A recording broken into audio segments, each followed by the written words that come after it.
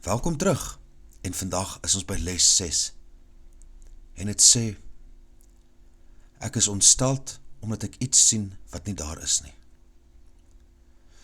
Die oefeninge met hierdie idee is baie soortgelyk aan die voriges.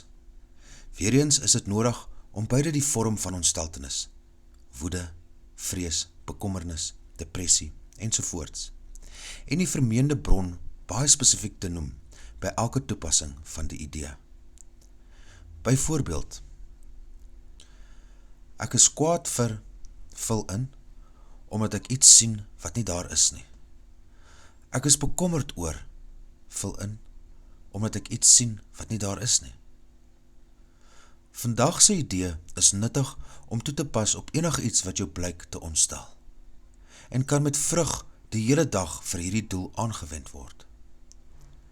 Nietemin moet die 3 of 4 oefenperiodes wat vereis word deur ongeveer 'n minuut se ondersoek van jou geestesdenke voorafgegaan word, gevolg deur die toepassing van die idee op elke ontstellende gedagte wat deur die ondersoek blootgelê is.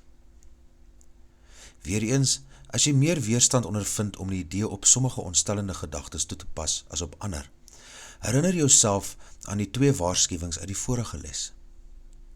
Daar is geen kleine vorme van ontsteltenis nie. Hulle is almal ewe sterend vir my innerlike vrede. En ek kan nie hierdie vorm van ontsteltenis vashou en die ander laat gaan nie. Vir die doel van hierdie oefeninge sal ek hulle dus almal as dieselfde beskou. Dankie dat jy hier is. Onthou om die les te oefen. Vergewe, sien anders, leef in lig.